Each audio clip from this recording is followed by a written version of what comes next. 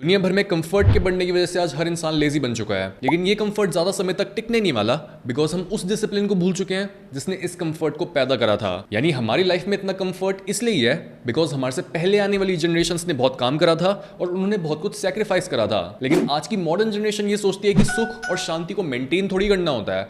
ये दोनों चीजें तो हर इंसान को फ्री में मिलती हैं और ये हमारे राइट्स हैं। लेकिन सुख और शांति हमारे राइट्स नहीं बल्कि ये हमारी रिस्पॉन्सिबिलिटीज हैं जिनको मेंटेन करने के लिए हमें बहुत काम करना पड़ता है। प्रोग्रेस एक साइकिल की तरह होती है। अगर आप पेडल मारते जाओगे तो आप आगे बढ़ते जाओगे, लेकिन जिस पॉइंट पर आप पेडल मारना बंद कर दोगे साइकिल थोड़ा सा आगे चलेगी और फिर वो रुक जाएगी। बिल्कुल ऐसे ही जो लोग कामचोर या फिर आलसी होते हैं उन्हें शुरू में कोई नेगेटिव कॉन्सिक्वेंस नहीं देखने को मिलता बिकॉज जब आप यंग होते हो तब आपकी लाइफ को आपके पेरेंट्स संभाल रहे होते हैं। लेकिन जैसे जैसे आपकी एज आगे बढ़ती जाती है और आप तब भी कोई काम करना नहीं शुरू करते तब लाइफ आपसे आपकी शांति और सुख छीनने लग जाती है। एट माई कोर मेरे को भी कोई ज़्यादा काम करना नहीं पसंद और मैं ये जानता हूँ कि अगर मैं टाइम टू टाइम नेचर में जाकर नहीं बैठूंगा, अगर मैं बाहर निकलकर बिना किसी चिंता के बस आसमान को नहीं देखूंगा और अगर मैं रोज़ मेडिटेट नहीं करूंगा तो मैं बहुत जल्दी बर्न आउट हो जाऊंगा और मेरी प्रोडक्टिविटी गिरकर बिल्कुल जीरो हो जाएगी। बिकॉज जितनी ज़रूरी लाइफ में मूवमेंट होती है उतनी ही ज़रूरी लाइफ में स्टिलनेस होती है। लेकिन स्टिलनेस या फिर स्थिरता बहुत अलग होती है आलस से, क्योंकि स्थिर रहकर भी आप एक गोल की तरफ बढ़ रहे होते हो और स्थिरता अपने आप में एक काम है। जिस तरह से जब आप जिम में वर्कआउट करते हो तब हर सेट के बाद आप रेस्ट लेते हो ताकि आप पिछले सेट से रिकवर कर सको और आप अगले सेट में फ्रेश होकर जा सको। और अगर आप दोनों सेट्स के बीच में रेस्ट नहीं लेते तो आप कंटिन्यूसली काम करते हुए अपनी स्ट्रेंथ पूरी गिरा लेते हो, आपकी सांस हमेशा फूली रहती है और जो भी आपका गोल है आप उस तक नहीं पहुंच पाते। और अगर यही पैटर्न लगातार चलता रहे तो आप खुद को बहुत जल्दी इंजर कर लेते हो। लेकिन सोचो, जो इंसान हमेशा ही रेस्ट लेता रहता है बिना किसी पर्पस के, उसका रेस्ट इस तरह से क्रिएटिव नहीं होता बल्कि उसका रेस्ट डिस्ट्रक्टिव बन जाता है। यानी जो लोग आलसी होते हैं वो क्रिएशन के साथ नहीं चल रहे होते हैं बल्कि वो क्रिएशन से बिल्कुल अलग चल रहे होते हैं। एक बहुत पॉपुलर कोट है that laziness is nothing but the habit of taking rest before you get tired. और ये लग्जरी हर इंसान के पास नहीं होती। बहुत गिने चुने लोग ऐसे होते हैं जो प्रिविलेज्ड होते हैं और सिर्फ वो ही लेजी बन सकते हैं। जैसे पिछले एपिसोड में हमने ये बात भी करी थी कि कई लोग जो अपनी सक्सेस को डिले करते गए होते हैं उन्हें बहुत लेट आगे चलकर ये समझ आता है कि अगर वो कोई काम नहीं करेंगे तो उनकी लाइफ बर्बाद हो जाएगी। और जब वो 30-35 साल के हो जाते हैं तब वो बोलते हैं that 30s are the new 20s और ऐसा बोल के वो अपने इनएक्शन और अपनी लेजीनेस को जस्टिफाई करते हैं। लेकिन सोचो, एक ऐसा बच्चा जो एक गरीब फैमिली में पैदा हुआ है और उसे रोज अपने बाप के साथ मजदूरी करने जाना होता है, जिस दिन उसका काम करने का मन नहीं है वो ये नहीं बोल सकता that 10s are the new 5s because अगर वो ऐसा बोलेगा तो उसे भी पता है कि अगर मैं बहाना बनाऊंगा और मैं काम करने नहीं जाऊंगा अपनी फैमिली के साथ तो शायद उस रात हमें पेट भर के खाना ना मिले। और तभी लेजीनेस एक लग्जरी है। और अगर आप भी अपनी लेजीनेस और हर काम को टालते रहने की आदत को ओवरकम करना चाहते हो तो आपको भी खुद के लिए लेजीनेस को बहुत ज़्यादा अनअफोर्डेबल बनाना पड़ेगा। आपको खुद से ये क्वेश्चन पूछने के बजाय कि मेरा क्या काम करने का मन है, मेरा क्या काम करने का मन नहीं है, आपको अपनी डिज़ायर्स को साइड में रखना पड़ेगा और आपको खुद से ये क्वेश्चन पूछना पड़ेगा कि एक्चुअल में मेरी लाइफ में क्या काम करने की ज़रूरत है, व्हाट इज़ नीडेड। और इस काम में कोई ज़्यादा देर नहीं लगने वाली। अगर आप बस खुद से इतना क्वेश्चन करो कि इस मोमेंट में आपको क्या काम करना चाहिए जिसे आप अवॉइड कर रहे हो, तो आपका मन खुद आपको एक लिस्ट बना कर दे देगा कि भाई वो वाला प्रोजेक्ट अधूरा है, अभी उस असाइनमेंट को तूने पूरा नहीं किया, या फिर इतने सारे ईमेल्स अभी ड्यू हैं जिसको तूने रिप्लाई नहीं करा और तू बस कभी गाने सुन रहा है और कभी एक के बाद एक यूट्यूब वीडियोज़ देखे जा रहा है। और जिस मोमेंट पर आपको ये क्लियर हो जाए कि आपको क्या काम करने की ज़रूरत है, उसके बाद हम इस प्रॉब्लम को टैकल कर सकते हैं कि आपका उस काम को करने का मन क्यों नहीं है। बिकॉज एक बहुत कॉमन क्वेश्चन मेरे पास ये आता है कि सर हमें एग्जैक्टली पता है कि हमें अपनी लाइफ में क्या करना है, हम आपकी वीडियोस देखते हैं, बहुत सारी बुक्स रीड करते हैं, लेकिन फिर भी हम कोई एक्शन नहीं ले पा रहे और हमारी लाइफ इतने सालों से सेम ही है। तो ऐसा क्यों होता है? और मेरे हिसाब से ऐसा इसलिए होता है बिकॉज आप कभी भी नॉलेज को खुद को चेंज ही नहीं करने देते हो। आप बस बुक्स से, कभी कोई वीडियो देख के, कभी कोई पॉडकास्ट सुन के नॉलेज ले तो लेते हो, लेकिन आप कभी भी उस नॉलेज को एक्ट आउट नहीं करते हो। जैसे अगर मैं इस माइक और जिस कैमरा में इस एपिसोड को मैं रिकॉर्ड कर रहा हूँ, अगर मैं इनको अपने स्टोर रूम में रख दूँ और मैं ये एक्सपेक्ट करूँ कि जस्ट बिकॉज मैंने इन टूल्स को अपने पास स्टोर करा हुआ है तो मेरा मैसेज दुनिया तक ऑटोमेटिकली पहुँच जाएगा, तो ये बेवकूफ़ी होगी। लेकिन बहुत से लोग नॉलेज को भी इसी तरह से ट्रीट करते हैं बिकॉज स्कूल ने हमें प्रोग्राम किया हुआ है कि अगर हमें कोई भी इंफॉर्मेशन मिल रही है तो उससे डील करने का सही तरीका होता है उसे स्टोर कर लेना। इसी वजह से आज दुनिया में इतने सारे लोग ऐसे हैं जिन्हें पता सब कुछ है लेकिन वो समझते कुछ नहीं है और वो करते भी कुछ नहीं है। हम बेसिकली उन लोगों के बारे में बात कर रहे हैं जिन्होंने अपनी लाइफ में कोई सक्सेस नहीं देखी, लेकिन वो दुनिया के सबसे बड़े एंटरप्रेन्योर्स और दुनिया के सबसे बड़े बिजनेसमैन को ये बोलेंगे कि इनको बिजनेस करना नहीं आता। वो एक स्क्रीन के पीछे बैठ जाएंगे और ये कमेंट करते हैं कि इलॉन मस्क क्या कर रहा है, ये इतना रिस्क क्यों ले रहा है, कभी ये ट्विटर को बाय कर रहा है, कभी उसका नाम चेंज कर रहा है, कभी इतने सारे चेंजेस इतने जल्दी जल्दी कर रहा है। और वो ये सोचते हैं कि जस्ट बिकॉज दूसरा इंसान इतने रिस्क ले रहा है और वो नहीं ले रहे जस्ट बिकॉज उनके पास नॉलेज है, तो जो रिस्क ले रहा है वो ऑटोमेटिकली गलत है। इवन मैं रिसेंटली एक इंटरव्यू देख रहा था UFC के प्रेसिडेंट डेना वाइट का, और उसमें वो यही बोल रहे थे कि मैं चाहता हूं कि ये सारे मीडियोकर लोग जितना मेरे को डाउट करते हैं और मेरे को जज करते हैं और ये सोचते हैं जितने भी मैं रिस्क ले रहा हूँ वो सब गलत हैं, मैं चाहता हूँ ये और मेरे को डाउट करें। बिकॉज जितना ये मेरे को बोलते हैं कि मैं गलत कर रहा हूँ, उतना ही मेरे अंदर की आग बढ़ती है, उतना ही मैं ज़्यादा मोटिवेट होता हूँ इनको गलत प्रूव करने के लिए। बिकॉज ये लोग जो दूसरों को जज कर रहे होते हैं, बस इनके पास नॉलेज है, थियोरेटिकल नॉलेज है, और ये जो अप्लाई कर रहे होते हैं उस नॉलेज को, उनको बोलते हैं कि ये पागल है। इनका एक्सपीरियंस क्या होता है? इनका एक्सपीरियंस 4 दीवारों के बीच में शुरू होता है और 4 दीवारों के बीच में ही खत्म हो जाता है। ये वही लोग होते हैं जो टीवी में कोई मैच देखकर बोल रहे होते हैं कि इसे ऐसे नहीं वैसे खेलना चाहिए था। लेकिन सोचो अगर आप भी उस इंसान की जगह पर होते हैं और आपके पास भी वो सारी ट्रेनिंग और सारा एक्सपीरियंस होता, तो खुद ये लॉजिकली सोचकर बताओ कि क्या आपकी जो थियोरेटिकल नॉलेज है क्या वो 100% कन्वर्ट होती अप्लाइड नॉलेज में? इसका कोई चांस ही नहीं है। बिकॉज नॉलेज का होना और नॉलेज को अप्लाई करने में ज़मीन आसमान का फ़र्क होता है। अगर आप वो इंसान हो जो बस बुक्स को रीड करता है, लेकिन कोई दूसरा इंसान है जो उन बुक्स को रीड करके अप्लाई भी करता है, तो आप दोनों में कोई थोड़ा सा फ़र्क नहीं है। दूसरा इंसान बस आपसे थोड़ा सा आगे नहीं है, बल्कि he is miles ahead of you. हम सोचते हैं कि नॉलेज को खरीदा जा सकता है। हम कोई बुक खरीदेंगे, उसमें दी गई नॉलेज को पढ़ेंगे और हम ऑटोमेटिकली उसमें दी गई नॉलेज के हकदार बन जाएंगे। लेकिन ऐसा नहीं होता। हमें नॉलेज के लायक बनना पड़ता है, हमें उसके लेवल पर पहुंचना पड़ता है मेहनत करके। ये चीज़ कई रिलेशनशिप्स में भी होती है, जहां पर एक इंसान को उनकी लीग के बाहर का कोई पार्टनर मिल जाता है और डीप इनसाइड उनके अंदर ये इनसिक्योरिटी होती है कि यार मैं तो इसके लायक हुई नहीं, मैं इस इंसान को डिजर्व नहीं करता, तो ये पक्का किसी मोटिव की वजह से है मेरे साथ, ये शायद मेरे पे चीट कर रहा है, ये मेरे को उतनी अटेंशन नहीं दे रहा। उससे वो क्वेश्चन करेंगे कि तूने उस इंसान की पिक्चर को क्यों लाइक करा, जस्ट बिकॉज उनके अंदर ये इनसिक्योरिटी है कि वो उसको डिजर्व नहीं करते और वो उनके लायक नहीं है, तो वो खुद ही अपने रिलेशनशिप को ख़राब कर लेते हैं। और यही सेम चीज़ हम नॉलेज के साथ कर रहे होते हैं। जस्ट बिकॉज हमें पता है कि हमने नॉलेज को एक्वायर तो कर लिया है, लेकिन जस्ट बिकॉज हमने उसे टेस्ट नहीं करा है, हमने कोई भी काम नहीं करा है, तो हमें नॉलेज की भी वैल्यू पता नहीं लगती।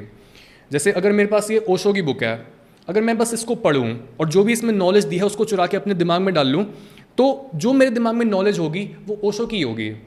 लेकिन अगर मैं इस बुक को जीता हूँ, अगर मैं इसमें दी गई हर बात को अप्लाई करता हूँ, तो इसमें दी गई जो नॉलेज है उसे मैं और ओशो को ओन करेंगे। क्योंकि दुनिया में 2 तरह के लोग होते हैं, एक वो होते हैं जो बस सोचते रहते हैं और दूसरे वो होते हैं जो करते हैं, थिंकर्स एंड डूअर्स। और डीप इनसाइड आपको ये पता होता है कि आप किस ग्रुप में बिलोंग करते हो। मुझे पता है कि मैं सिर्फ बोलने और सोचने वाले ग्रुप में नहीं, बल्कि करने वाले डूअर्स के ग्रुप में आता हूँ। लेकिन जो लोग बस सोचते रह जाते हैं और हर चीज़ को वो इंटेलेक्चुअलाइज करते रहते हैं, उनमें कभी भी हिम्मत ही नहीं आती कि वो किसी चीज़ पे काम करें और कोई एक्शन लें। डॉक्टर कार्ल युंग ने यही सेम चीज़ बोली है साइकेडेलिक्स के कॉन्टेक्स्ट में, कि बहुत से लोग ये सोचते हैं कि मैं LSD ले लूँगा, मैं मैजिक मशरूम्स ले लूँगा, या फिर मैं ayahuasca की कोई ट्रिप पे चला जाऊँगा और मैं अंदर से टोटली ट्रांसफॉर्म हो जाऊँगा, मेरा दिमाग पूरा रीवायर हो जाएगा और जो भी मेरे अंदर पास्ट के ट्रॉमा है वो भी हील हो जाएंगे। और इनमें से मे बी कोई चेंज ट्रू भी हो, मे बी आपके साथ ये हो भी जाए, लेकिन ये जो चेंज होगा ये बहुत सरफेस लेवल पर होगा। बिकॉज आपने कोई भी एक्सपीरियंस ही नहीं लिया, आपने कोई काम ही नहीं करा उस नॉलेज या फिर विजडम तक पहुंचने के लिए, और आपको वो फ्री में मिल गई। जिस तरह से कोई इंसान अगर कोई काम नहीं करता और वो घर पर पैसा ले आता है या फिर कोई गलत तरीके से घर पर पैसा ले आता है, तब ये बोला जाता है कि ये हराम का पैसा है।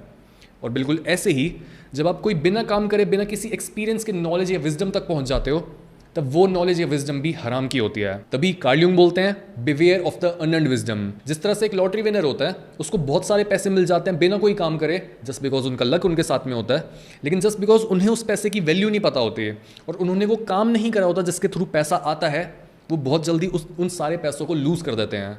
और यही सेम चीज़ उन लोगों के साथ होती है जो अपने दिमाग में नॉलेज को बिठाकर तो बैठ जाते हैं, लेकिन जस्ट बिकॉज वो उस नॉलेज को वेरीफाई नहीं करते, वो अपनी नॉलेज को वैल्यू भी नहीं करते और इसी वजह से वो कोई एक्शन भी नहीं लेते हैं। और इसके पीछे की साइकोलॉजी समझाते हुए भी कार्ल युंग बोलते हैं that intellectualism is a common cover up for the fear of direct experience. Just because बहुत से लोग एक्ट करने में डरते हैं, वो कोई भी स्टेप लेने में, कोई भी एक्शन लेने में डरते हैं, तो वो अपने इनएक्शन को जस्टिफाई कर देते हैं अपने लॉजिक के थ्रू, अपनी नॉलेज के थ्रू। सोचो जो आपकी करंट स्टेट है और जो आपकी डिजायर्ड स्टेट है, उसके बीच में खाई है। और जो लोग बहुत ज़्यादा इंटेलेक्चुअल टाइप के होते हैं, वो हमेशा कैलकुलेट करते रहते हैं कि दूसरी तरफ जाने के लिए मेरे को कितना तेज भागना पड़ेगा, किस तरह की जंप मारनी पड़ेगी, जंप मारने के लिए ट्रेनिंग कैसी करनी पड़ेगी, ट्रेनिंग करने के लिए मेरे को मेंटर किस टाइप का चाहिए होगा, किस तरह की बुक्स रीड करनी पड़ेंगी। नहीं यार, खाई बहुत ज़्यादा गहरी है, क्या मेरे को जंप करना भी चाहिए? तो इस तरह की जब कैलकुलेशन दिमाग में इतनी चल रही होती हैं, तब बहुत सारे जो इंटेलेक्चुअल टाइप के लोग होते हैं वो पहले ही गिव अप कर देते हैं। वो बोलते हैं कि इतना रिस्क वर्थ ही नहीं है, जब मेरी प्रोबेबिलिटी इतनी कम है कि मैं दूसरी साइड पर पहुंच पाऊंगा, तो फिर क्यों ही इतना रिस्क लेना। लेकिन जो लोग वाइज होते हैं वो देखते हैं कि सारे वाइज लोग, सारे सक्सेसफुल लोग और सारे ग्रेट लोग दूसरी साइड ही हैं, तो जस्ट बिकॉज मैं उस ग्रुप का पार्ट बनना चाहता हूं तो मेरे लिए ये जंप लगाना भी बहुत जरूरी है। और इसमें चाहे मेरी जान भी चली जाए, कितना मर्जी रिस्क हो इस चीज में, जस्ट बिकॉज ये काम करना जरूरी है, मेरे को ये करना पड़ेगा। इसे बोलते हैं लीप ऑफ फेथ लेना, यानी किसी प्रिंसिपल में विश्वास रख के बस छलांग लगा देना और ये बोलना कि जो होगा देखा जाएगा, मैंने अपना बेस्ट दे दिया और इससे जो भी आउटकम निकल कर आएगा मैं उसे एक्सेप्ट करने के लिए रेडी हूं। और हम अक्सर जो भी एक्शन ले रहे होते हैं, जो भी हमारा बिहेवियर होता है, वो फेथ पर ही बेस्ड होता है। कोई भी काम करते हुए, कोई भी मूवमेंट करते हुए हम ये अज्यूम कर रहे होते हैं कि जो भी हम मूवमेंट करने वाले हैं उसका रिजल्ट वही होगा जो हम एक्सपेक्ट कर रहे हैं। जैसे जिस सिटी में आप अभी हो, अगर आप उस सिटी से एक दूसरी सिटी में जाना चाहते हो तो आप अपनी गाड़ी में तेल भरवा लेते हो, आप टायर के सारे एयर प्रेशर चेक कर लेते हो, जो भी सारी चीज़ें हैं आप मेक श्योर करते हो कि आप सही सलामत दूसरी डेस्टिनेशन पर पहुंच पाओ।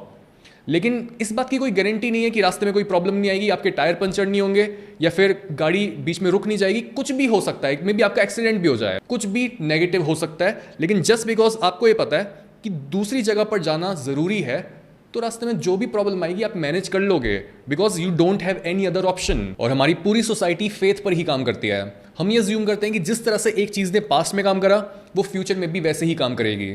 और जिन प्रिंसिपल्स में अक्सर हम अपना फेथ डालते हैं वो होते हैं इटर्नल प्रिंसिपल्स, यानी वो प्रिंसिपल्स या फिर लॉज जो हमेशा काम करते हैं, वो पास्ट में भी काम करते थे और वो फ्यूचर में भी काम करेंगे। और एक इटर्नल प्रिंसिपल जिसके बारे में हम अक्सर बात करते हैं इस चैनल पर, वो ये है कि हमें सच बोलना चाहिए। और जिस तरह से मैं इस चैनल पर आपको सच की इंपॉर्टेंस को कन्वे करता हूँ, आप ये क्लियरली आइडेंटिफाई कर सकते हो कि मेरी अंडरस्टैंडिंग किसी थियोरेटिकल नॉलेज पर बेस्ड नहीं है, कोई मैंने बुक नहीं रीड करी इस चीज़ पे, और कोई ये मेरी साइकेडेलिक एक्सपीरियंस की इंसाइट नहीं है। This is based on experience, और वो एक्सपीरियंस आया था फेथ से, लीप ऑफ फेथ लेने से। और आपको फेथ की इंपॉर्टेंस समझाने के लिए और आपको ये मैसेज देने के लिए कि आपके पास लीप ऑफ फेथ लेने के अलावा कोई दूसरा ऑप्शन है ही नहीं, मैं आपको एक स्टोरी सुनाना चाहता हूँ। जिस तरह से मैं जो भी ये एपिसोड रिकॉर्ड करता हूँ यूट्यूब के लिए, इनका एक बिना साउंड इफेक्ट, बिना म्यूजिक वाला वर्जन मैं स्पॉटिफाई पर, एप्पल पॉडकास्ट पर, गूगल पॉडकास्ट पर, हर ऑडियो वाले प्लेटफॉर्म पर डाल देता हूँ। तो 2-3 साल पहले स्पॉटिफाई पर मेरा एक पॉडकास्ट किसी लड़की ने सुना और उसने मेरे को एक डीएम किया और उसने मेरे को बताया कि उसकी ये सारी प्रॉब्लम्स हैं, उसके घर में बहुत गंदा एनवायरनमेंट है, बहुत टॉक्सिक हैं उसके पेरेंट्स, और अगर वो घर से जरा सा बाहर भी जाए, अगर वो किसी फ्रेंड की बर्थडे पार्टी में भी जाए, तब भी उसकी मम्मी उसे बोलती है कि तू ये है, तू वो है, और बहुत गंदे नाम लेकर उसको पुकारती है। तो उसने बोला कि मैं इन प्रॉब्लम से कैसे निकलूँ, कैसे मैं अपने पेरेंट्स से डील करूँ, बिकॉज इस एनवायरनमेंट में मेरी कोई ग्रोथ नहीं होने वाली और मैं ये फील कर रही हूँ कि मेरी लाइफ मीनिंगलेस हो चुकी है। तो मैंने उसे ये सजेशन दी कि फर्स्ट ऑफ ऑल ये समझना ज़रूरी है कि this is not your parents fault, because अगर हम अपनी लाइफ को बदलना चाहते हैं तो हम दूसरों को ब्लेम नहीं करते रह सकते हैं, हमें रिस्पॉन्सिबिलिटी खुद लेनी पड़ेगी और हमें समझना पड़ेगा कि यार जस्ट बिकॉज आपके पेरेंट्स इस तरह से हैं तो ये समझो कि उनकी पेरेंटिंग कैसी थी। अगर वो टॉक्सिक हैं तो ज़रूर उनके पेरेंट्स भी टॉक्सिक होंगे और कोई ना कोई उनकी भी कमी रही होगी। और उसने भी मेरे को यही बताया कि उसकी मम्मी के बचपन में बहुत ज़्यादा प्रॉब्लम्स थी उन्हें, और उनका बहुत स्ट्रॉन्ग ट्रॉमा है, बहुत इंटेंस पेन है उनके अंदर। यानी जस्ट बिकॉज वो खुद इतनी ज़्यादा हर्ट थी, वो अनइंटेंशनली अपनी बेटी को हर्ट कर रही थी, यानी उनको प्यार चाहिए था। और इस प्रॉब्लम को आप कभी भी हेट के साथ और आर्ग्यूमेंट्स के साथ सॉल्व नहीं कर सकते हो, इसको लॉजिक के साथ नहीं सॉल्व करा जाता। इस प्रॉब्लम को जब दूसरा इंसान पेन में होता है आप उसे हेल्प कर सकते हो लव के थ्रू, ताकि वो रिसेप्टिव बने, और जब वो रिसेप्टिव बन गए तब आप सच बोलना शुरू करो। यानी मैंने उसे 2 चीज़ें बोली कि सच बोल और प्यार से बोल। और फिर जो भी उसके लिमिटिंग बिलीव्स थे वो मेरे पर वही फेंकने की कोशिश कर रही थी कि अगर मैंने अपने घर में सच बोला तो ये हो जाएगा, उन्हें प्यार नहीं चाहिए, वो हेट से भरे हुए हैं। बट मैंने उसे ये कहा कि दिस इज़ द सोल्यूशन और तेरे को लीप ऑफ फेथ लेना पड़ेगा। और थोड़े टाइम बाद उसने मेरे को दोबारा मैसेज किया कि घर में सारी प्रॉब्लम्स ऑलमोस्ट सॉल्व हो चुकी हैं और जो मेरा रिलेशन था मेरी फैमिली के साथ वो बहुत बेटर है, जस्ट बिकॉज मैंने उनसे सच बोला और जो भी मेरे को प्रॉब्लम थी मैंने उनको कन्वे कर दी प्यार से। और थोड़े समय तक हमारी बात नहीं हुई, बट फिर उसका मैसेज आया कि एक प्रॉब्लम हो गई है। मैंने बोला क्या प्रॉब्लम हुई है? तो उसने बताया कि मेरी शादी होने वाली है, बट मेरे को एक प्रॉब्लम है जिसे बोलते हैं एंडोमेट्रियोसिस, यानी एक ऐसी प्रॉब्लम होती है जहाँ पर एक लड़की को प्रेग्नेंट होने में बहुत मुश्किल होती है। बट ये चीज़ लड़की वालों ने लड़के वालों को नहीं बताई थी। शादी की बात आगे चलती जा रही थी, बट उसके फादर रिफ्यूज़ कर रहे थे कि अगर हम ये बात उसे बता देंगे लड़के वालों को तो वो रिश्ता तोड़ देंगे, बहुत बदनामी होगी और हर नेगेटिव कॉन्सिक्वेंस जो शादी टूटने के साथ जुड़ा हुआ होता है वो हमें फेस करना पड़ेगा। बट अगेन मैंने उसे यही बोला कि अगर तू अभी इस चीज़ को रिवील नहीं करती और बाद में उन्हें पता चलता है तो वो एक बहुत बड़ी प्रॉब्लम है, बिकॉज शादी हो चुकी है, सारा खर्चा हो चुका है, बात इतनी आगे जा चुकी है, तो वो बेवकूफ़ी है। तो convince your father and tell the truth. और उसने यही किया। और अब कल दोबारा मेरे पास उसका मैसेज आया कि जस्ट बिकॉज वो शादी टूट गई थी और वहाँ पर वो सेटल कर रही थी बाय द वे एक बेकार से लड़के के साथ, अब उसका दोबारा मेरे पास मैसेज आया कि मेरी शादी होने वाली है 2 महीने में और एक ऐसे लड़के से शादी होने वाली है जिसमें हर वो कैरेक्टरिस्टिक है जो मेरे को एक लड़के में चाहिए था। और ये तभी हो पाया जस्ट बिकॉज मैंने वो शादी नहीं होने दी सच बोलकर। लीप ऑफ फेथ लेना पड़ता है एक इंसान को कि सच अगर मैं बोलूँगा तो जो भी कॉन्सिक्वेंस होगा, और शायद मोमेंट में मेरे को बहुत ज़्यादा पेन मिले, लेकिन लॉन्ग टर्म में जो भी कॉन्सिक्वेंस इससे निकल के आता है वो सही होगा। और इस चीज़ को आप तब तक वेरीफाई नहीं कर सकते जब तक आप सच बोलना शुरू नहीं करते हैं। और मेरे एक्सपीरियंस की मदद से मैं आपको ऐसी hundreds of stories, hundreds of emails, hundreds of messages पढ़वा सकता हूँ जहाँ लोग सेम चीज़ बोल रहे हैं कि जस्ट बिकॉज सौरभ तुमने बोला था कि सच बोलो, शुरू में हमें डर लगा लेकिन eventually it turned out to be the best thing. और ये चीज़ मंडूका उपनिषद से निकल कर आई है, सत्यमेव जयते, ट्रुथ इज द सुप्रीम। ये टाइमलेस प्रिंसिपल है जिसमें आप फेथ डालकर जो बेस्ट कॉन्सिक्वेंस निकल सकता है किसी भी सिचुएशन से उस जगह तक पहुंच सकते हो। बट छलांग मारने के लिए करेज चाहिए होती है। और ये कोई एक बेवकूफ़ सा इंसान आपको अगर बोल रहे हो कि यार हमें ना झूठ नहीं बोलना चाहिए, आपने भी ये चीज़ कहीं पे पढ़ी हो कि सच बोलना अच्छा होता है और झूठ बोलना बुरा होता है, और आप ये अपने फ्रेंड को कन्विंस करने की कोशिश कर रहे हो और वो पूछते हैं कि ऐसा तू क्यों बोल रहा है, तब आप बोलते हो कि यार मैंने ना एक ट्रिप ली थी ayahuasca की और उसमें मेरे को रियलाइजेशन हुई थी कि हमें कभी भी झूठ नहीं बोलना चाहिए। तो वो बोलेगा कि भाई बेवकूफ़ है क्या, जस्ट बिकॉज तेरे को एक रियलाइजेशन हुई, तेरे दिमाग में एक थॉट आया, तो इसका मतलब ये थोड़ी है कि ये चीज़ ऑटोमेटिकली प्रूवन है। अगर मैंने अपने घर में जाके अगर मैंने अपने फ्रेंड्स के आगे सच बोलना शुरू कर दिया तो मैं बर्बाद हो जाऊंगा। तभी सेम नॉलेज 2 अलग अलग लोगों के पास हो सकती है लेकिन उनकी नॉलेज का भार भी अलग होता है। जिस इंसान का नॉलेज उसके एक्सपीरियंस से जुड़ा हुआ होता है वो आपको ज़्यादा कन्विंस कर पाता है, उसकी बातों में ज़्यादा कन्विक्शन होता है। लेकिन जो दूसरा इंसान बस ये बोल रहा होता है कि यार मैंने कैलकुलेट कर लिया अपने मन में और ये इस डेस्टिनेशन पर मैं पहुंचा हूँ, ये मेरा कंक्लूजन है, उसकी बात फालतू की है। इसी वजह से जो भी इंसान कोई एक्शन नहीं ले पा रहा होता है वो बहुत ज़्यादा लेजी होता है, वो हर काम को प्रोक्रेस्टिनेट कर रहा होता है, हर काम को डिले करता जा रहा होता है। वो कोई ऐसा इंसान नहीं होता जिसमें मोटिवेशन की या फिर एनर्जी की कमी होती है। लेजीनेस का मतलब ही ये है कि आप खुद में फेथ ही नहीं रखते हो, आप किसी भी चीज़ में फेथ नहीं रखते हो, आप किसी भी चीज़ में बिलीव नहीं करते हो कि अगर मैं ये काम करूंगा तो मेरे को अपना डिजायर्ड रिजल्ट मिल जाएगा। आप एक डिसबिलीवर हो और आप खुद में बिलीव नहीं करते हैं। लेजीनेस बस एक सिम्टम है और आप अभी तक अपनी लेजीनेस को इसीलिए क्योर नहीं कर पाए हो बिकॉज आप इसे रूट कॉज की तरह ट्रीट कर रहे हो। लेकिन अगर आप इनफ टाइम अपनी लेजीनेस को क्वेश्चन करते हो, इसे तोड़ते हुए चले जाओ, तो जो सबसे इसका स्मॉलेस्ट यूनिट निकल कर आता है वो हमेशा होता है फियर।